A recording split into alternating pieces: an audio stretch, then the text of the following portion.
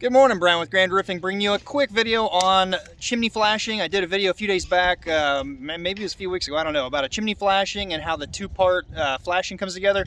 Got one taken apart I can show you really good, since it's a nice, good dry day to show you, sunny day, how it actually works. We got it taken apart. And a quick tip on asbestos, so stick around. So you typically find chimneys like this. They're kind of metal, they look like brick. They are, well, I said two, they're technically three pieces. You got the flashing part, and then you've got the actual chimney part. Let me zoom out a little bit here. There is a proper way, or a correct way to install these. So there's the two part, there is a top and a bottom, any certain way it goes on. Look, it even says upper. Oh, how this works is you want to tuck your shingles up underneath. You want to bring your top flashing part down, if you can, preferably on the headlap side of a shingle. Just a little added benefit that what comes off this part of the flashing is on a shingle. Anything on this is on top of a shingle down here. And that's why that chimney in that video I shot failed, why it was leaking so bad underneath. By the way, I'll plug a video card up here for you to check it out, somewhere up on the top of the screen. Here's the actual vent pipe, and I'll give you a tip on the asbestos here in a minute. But when you're going to install, that goes down the bottom after you've appropriately tucked under the flashing on the bottom. Then your top flashing flange comes down on top of there. It's got to be spaced just the right distance for the chimney to fasten to.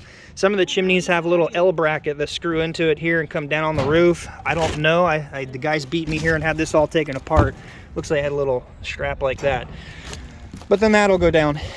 I said in that past video that you can actually adapt to a B-vent flue pipe and stuff, but also in the video, I'm pretty sure, I'm confident I said, you run into some trouble sometimes because you don't know what brand it is, you don't know what size or how they connect together. I've run into many problems like that. You got to go to an HVAC shop, specializes in it. They're like, oh, we don't have that. Oh, it's this brand. Oh, it's that brand. And it becomes a pain in the butt. Honestly, it does.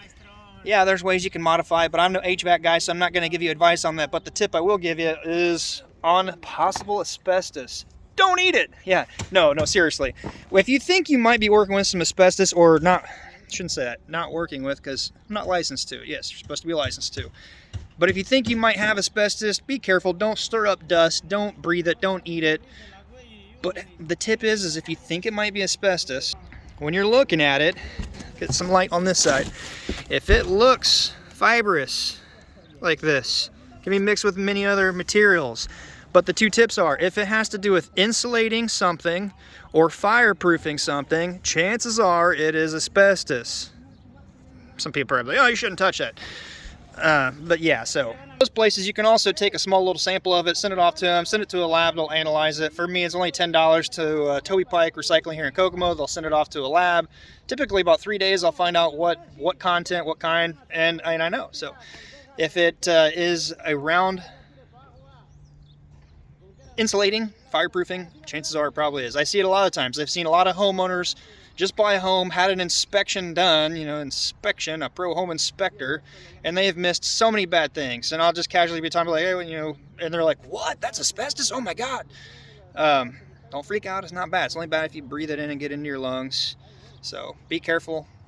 If you are looking at buying a home, you're watching this video and you haven't bought a home yet, you haven't signed off on it, you've got a home inspector, when it comes to certain trades, maybe electrical, plumbing, roofing, something like that, if there's anything remotely questionable, don't hesitate to seek an actual guy, a company that deals with that all the time, every day, because you might get stuck holding the bag, as they say, or the problem or the bill.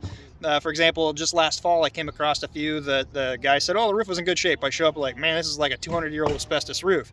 You got problems. You don't want to end up in that situation. So make sure you choose your home inspectors wisely, use them as a broad overview of everything, and then do further digging on your own with appropriate contractors in the skilled trade that you're looking for. It's my tip anyway. Until you build some knowledge up in those yourself. I've been working in this industry for 18 years. I can pretty much guarantee when I see asbestos, that's asbestos. But you never know 100% until you take a test. So anyway, the tips of and the roof flashing vent pipe there. If you could, give it a thumbs up, consider subscribing. Until next time, be safe, and we'll see you then.